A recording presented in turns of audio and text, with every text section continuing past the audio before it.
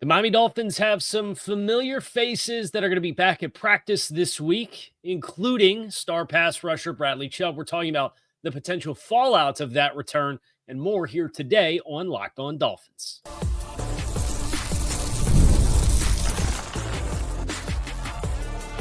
You are Locked On Dolphins, your daily Miami Dolphins podcast, part of the Locked On Podcast Network, your team every day.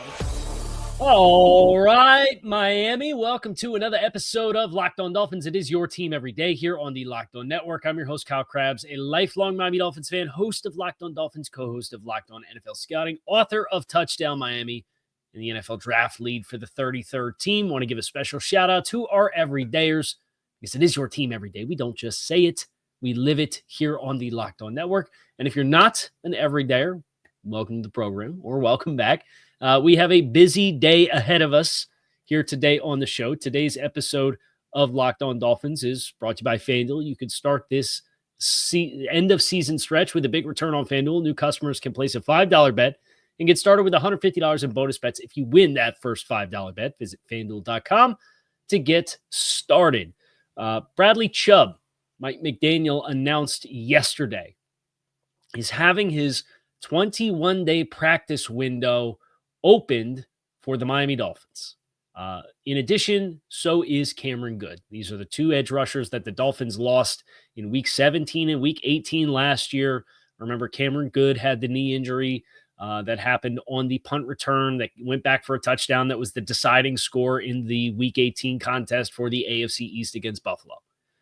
Bad memories, I know. And even worse memories than that is, remember, Bradley Chubb went down in the final 5 minutes of a game in which you were down by 4 touchdowns in the final 5 touchdowns in the final 5 minutes against Baltimore in Week 17 while you were playing for first place in the AFC Conference. Oh, how the mighty have fallen in the time that has come and gone since that point, as the Dolphins are now 5-7. Any element of postseason aspirations have been on life support for effectively the past 2 months now, and you received a very nasty, bitter pill to swallow with the reality check that you took 5 days ago on Thanksgiving against the Green Bay Packers. But nevertheless, mathematically, it is still a possibility. So this team, you would expect, is going to continue and proceed forward accordingly. And that includes Bradley Chubb. Now, what Bradley Chubb's return to practice means is different than Bradley Chubb's hypothetical return to the active roster and the return to the game field. And I do think the Dolphins, and I've kind of speculated on this for a while, but when you have the honest conversation about the edge rush room, and Bradley Chubb, who has missed, it's Week 14, has not played or practiced at all this season. Jalen Phillips gave you 3.5 games before a partially torn ACL against Tennessee. And an important note, because I saw a comment on that yesterday.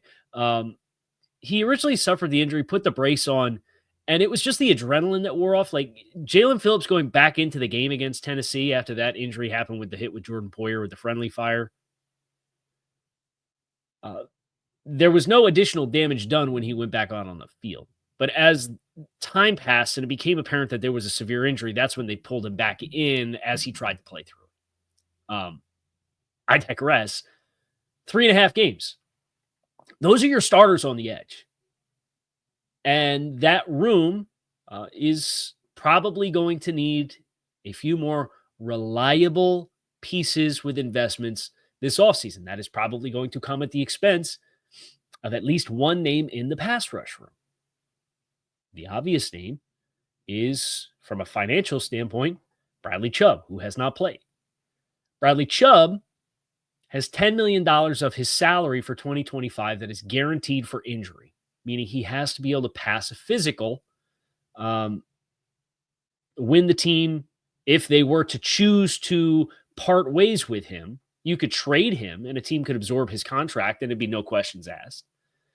But if you had to waive him or designate him as a post-June 1st cut or whatever else that might look like, as you are in the process of reshaping your pass rush room, which I think is a necessity this offseason. Bradley Chubb's got to be able to pass physical. So it's a little bit of a surprise to me to find out that it's December 3rd and the Dolphins are 5-7, and he's got $10 million of guaranteed salary hanging in the balance. And Bradley Chubb is having his practice window opened. Now, if you told me that they were 6-6 or 7-5, or if they hadn't lost games that they should have won earlier in the season, and they didn't shoot themselves in the foot, I'd be a little less surprised. And I think that's where you consider it's a 21-day practice window. Finding out that Bradley Chubb is going to start practicing, I'm not necessarily expecting Bradley Chubb to be activated by Saturday and play in the game against the Jets on Sunday. I think with the return to practice window, you can probably see how this weekend against the Jets goes and then see what it looks like against the Houston Texans the week after. I'm not saying that's how it's going to play out, but there is more strategy here than just this is a player who's ready to come back and play, so we're going to bring him back out and activate him as soon as possible and run him out there and play.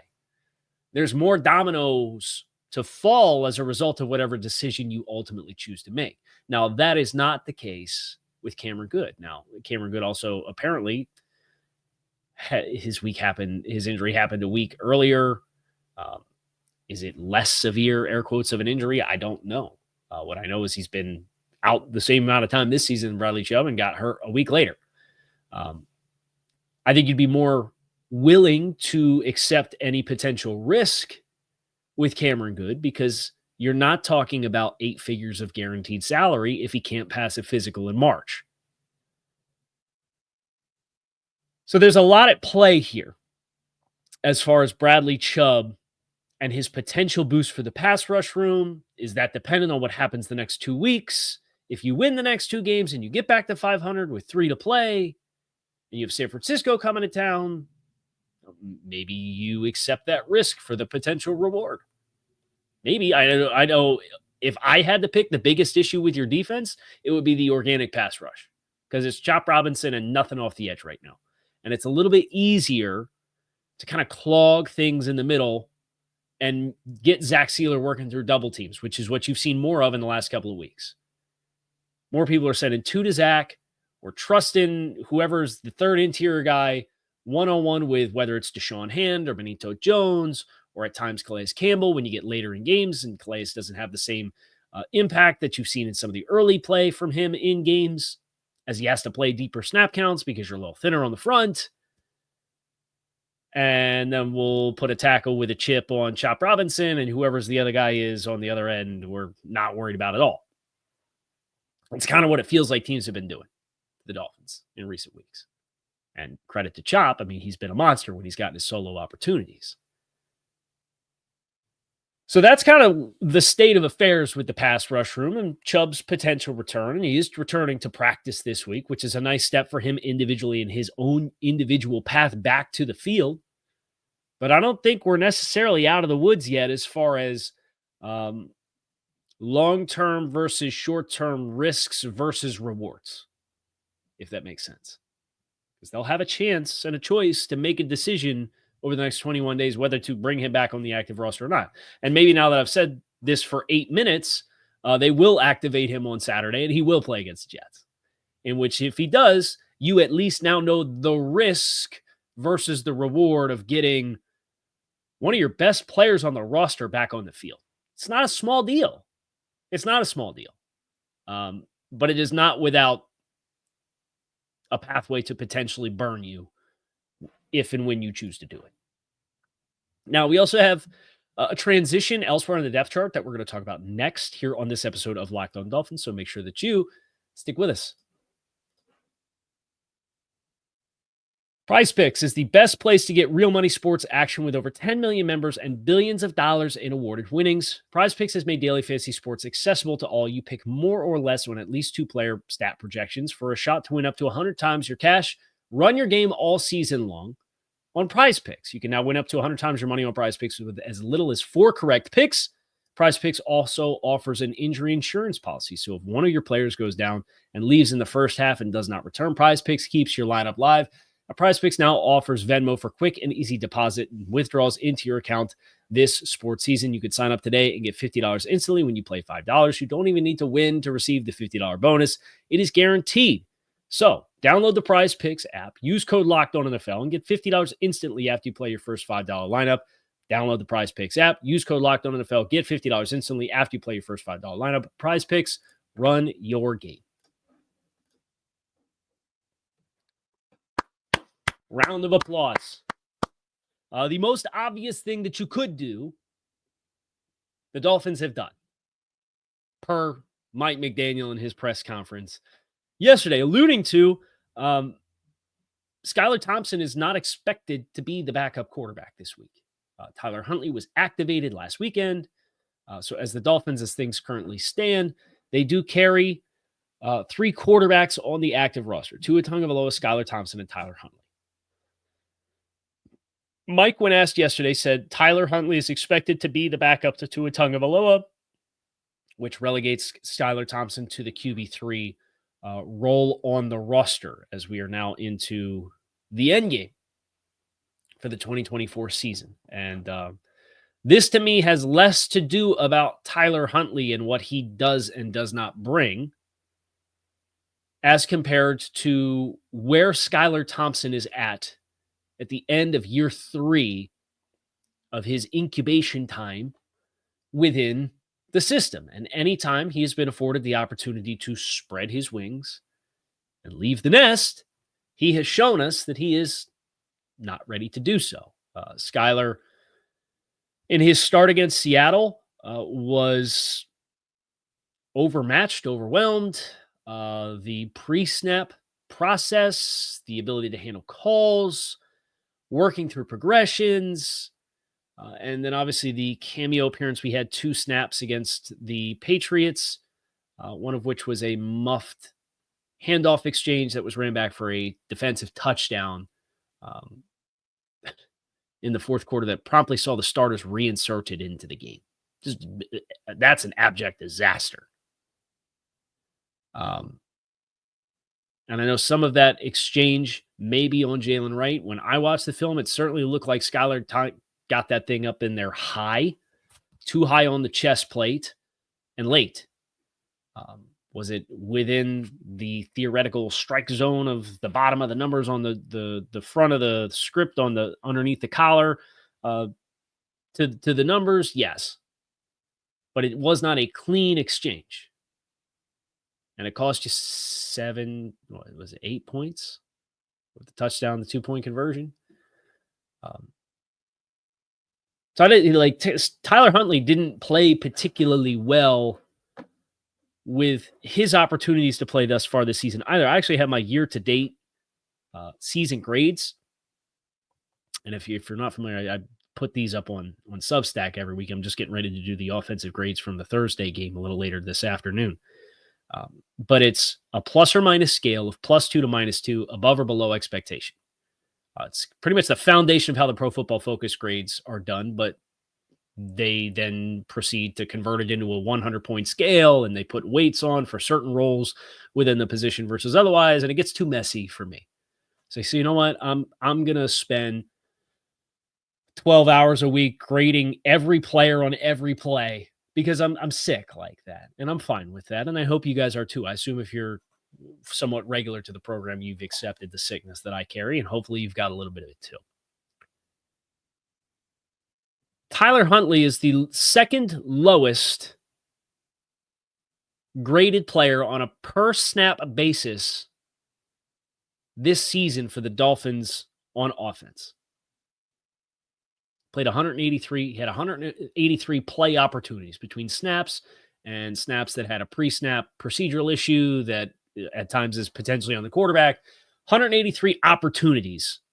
Second worst per play below expectation grade of any offensive player this season. And that is out of 31 players who have taken at least one snap or opportunity on offense. Second worst. and 50% worse than the third worst. So it's minus 0.05 versus minus 0.075. And I'll be darned if the worst grade that I've given out, most below expectation player this season on offense, is Skyler Thompson. The only player who's been worse than Tyler Huntley with his opportunities this year is Skyler Thompson. And Skyler Thompson's grade is 33% worse than Tyler Huntley's grade. That's how bad it's been. And these are your options to keep things afloat. I think you could have made a case that Tim Boyle at his 50 opportunities was the second best quarterback to take a snap for you this year. Nevertheless, Tim Boyle's not here. And Skyler Thompson is now the QB3, which kind of sets the stage for the question that needs to be asked next, which is if you have Cam Goode, who's coming back, if you have Bradley Chubb, who's coming back. Now, you also have Blake Ferguson, who is on the non-football injury list, potentially could be coming back at some point. They've been doing this long snapper on the practice squad and elevate him on game day. And then you do it for 3 weeks, and then you get rid of him, and then you bring a new long snapper in, which is just, it's playing with fire to the point, especially with how special teams have gone for the Dolphins this year. There's inevitably going to be a big moment in the game. I can feel it, like eastbound and down. I can feel it down in my plums. I can feel there's going to be a snap issue at some big moment in the game over the final month of the season because they've been playing these musical chairs with the long snappers. But you have two players right now in Chubb and Cameron Goode that have been designated to return from injured reserve, which means theoretically you're going to need to open up 2 roster spots off your 53. You're carrying 3 quarterbacks. Is that a spot? Who else is on the block? I made that observation when they cut Marcus May to make space for Patrick McMorris, who I would love to see get some opportunity between now and the end of the year because we know what we have in Jordan Poyer, and he's an end-stage player. I digress. Who's on the block? Who might be the guys that are high up on the list to make some space for a returning potential Bradley Chubb or Cam Goode? We're getting into that next year on Locked On Dolphins. Make sure that you stick with us. You can tackle the NFL action this weekend with FanDuel, America's #1 sportsbook. Right now, new customers can bet $5 and get $150 in bonus bets if you win. The FanDuel Sportsbook app gives you everything you need to place live bets on the NFL all in one place. So when you get a hunch in the middle of the game, you could check out the latest stats, view the live play-by-play, and so much more on the same page as where you place your bets. Visit FanDuel.com to join today. You get started with $150 in bonus bets if you win your first $5 bet at FanDuel.com. As things currently stand, we are sitting on Dolphins minus 6.5 still. I'm surprised this hasn't yo-yoed up to minus 7. It sounds like Sauce Gardner's status for this game is in question. Miami potentially getting some reinforcements. They have some extra rest after playing on Thursday. I like Miami minus 6.5, but that's just me. Now, you can never waste a hunch, and you can make every moment more on FanDuel, official sportsbook partner of the NFL. What I can tell you is this. Skyler Thompson would be #1 on my block if you needed to open a 53-man roster spot. I cannot imagine a world in which he would get claimed off of waivers based off his play, which would then put you in position to put him on the practice squad at the expense of, I don't know, whether it's Tariq Black or Jason Hines or Shaquille Brown or Matt Dickerson or William Bradley King or Derek McClendon, like bunch of names on the practice squad. You wouldn't bat an eye if you moved on from to put a quarterback back on to be your third emergency quarterback on game day with elevations, especially now that we're into weeks 14, 15, 16, 17, 18, right? Like you're in that window where, especially the next 3 weeks, when you figure out, is this thing going to break all the way to the left and you're going to win the next couple of games and have yourself in a position to have conversations about additional games, or is it going to break all the way right in spite of the strength of schedule of the teams that are remaining? And you're going to be out of it, and then you're going to want young guys to play anyway, and then maybe you don't bat an eye about not having an emergency third quarterback because you know what the fate of your season is. And I know everybody's resigned to what the fate of the season is, and it's not been the season that we thought it would be. But the fact that the opponents are what the opponents are that's left on the schedule, we probably got to wait 2 more weeks. I mean, if you lose to the Jets, we know what's coming. But I expect them to beat the Jets. And then I think you have another opportunity to go play a competitive team on a road environment. And that was kind of the thing last year with Dallas was the last opportunity to beat a team with a winning record. Never mind how good they were with a winning record. It was still a team with a winning record. And you won that game. And I could totally see them beating Houston and finding their way at 7-7 with 3 to play. I could totally see it happening. It's well within the realm of possibilities. I'm not telling you, not promising you it's going to happen. I'm not sitting here telling you they're going to run the table. None of that nonsense. Right now, it's just play the Jets.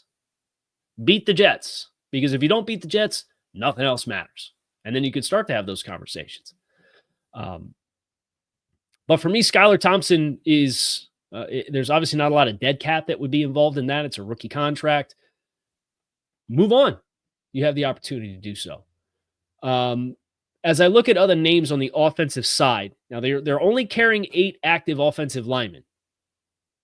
It's Armstead, Jones, Brewer, Eichenberg, Lamb, Patrick Paul, Isaiah Wynn, who thankfully and mercifully has guard tackle flexibility because of his experience in New England, and then Andrew Meyer. They're undrafted free agents who they seem to really like. That's the 8 on the offensive line. I can tell you we're not cutting somebody there to get the 7. That seems like a disaster waiting to happen. Now you have 6 guys at wide receiver that I think you could probably have the conversation about. They obviously have Jalen Waddle, Tyreek Hill.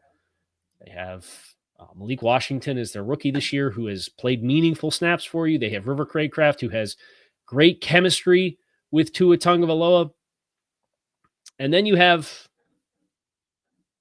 D. Eskridge and Odell Beckham Jr. And Eskridge, from a financial standpoint, is an obvious name. There's not a lot tied there.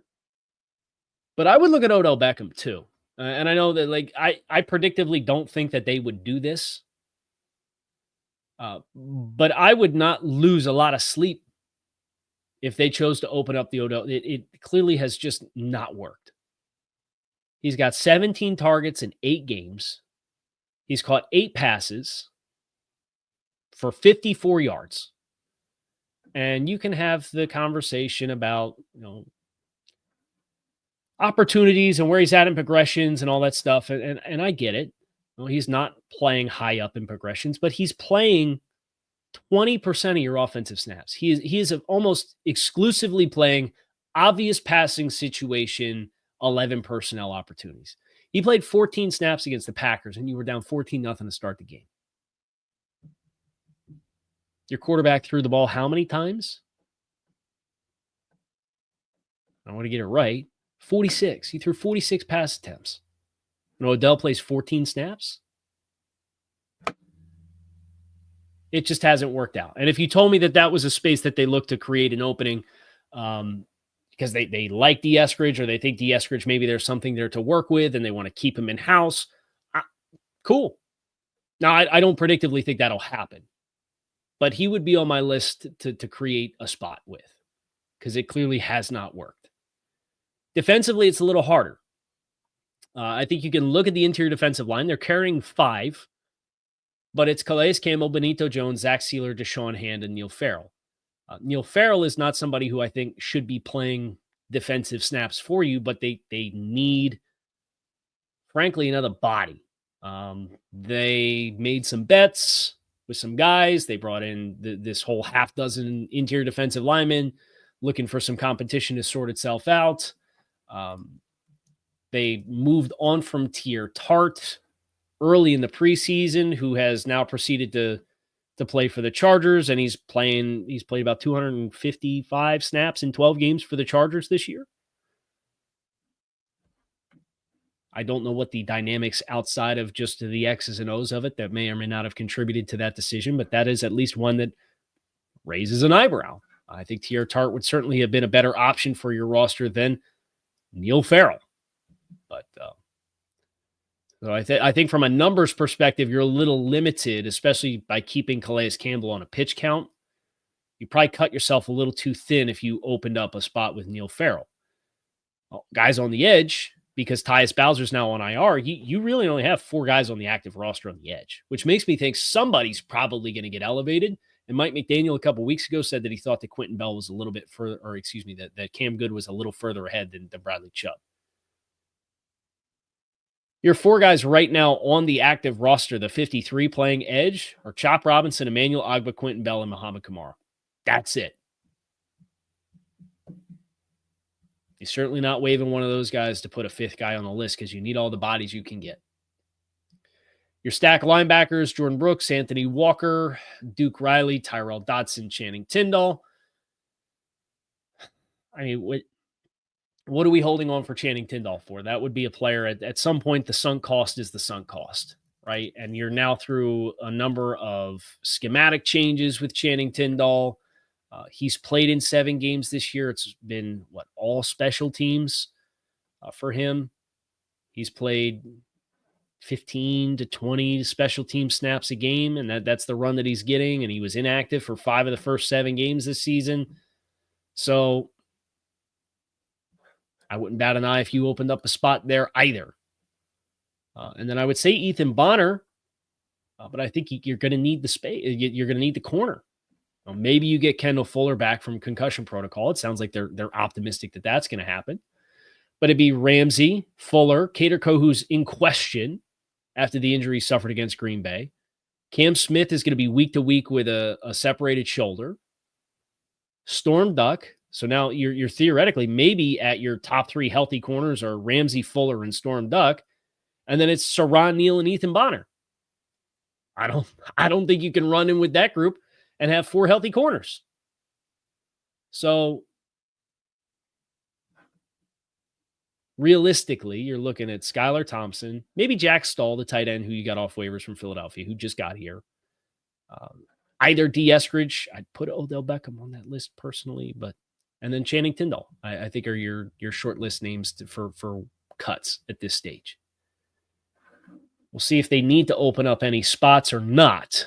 With, again, Cam Goode and Bradley Chubb returning to practice this week ahead of the game at Hard Rock Stadium on Sunday against the Jets. That is going to do it for us here on Locked On Dolphins. It is your team every day. I appreciate you guys checking out the show. Make it a great rest of your day. I'll be back to talk to you all again tomorrow. Go Fins.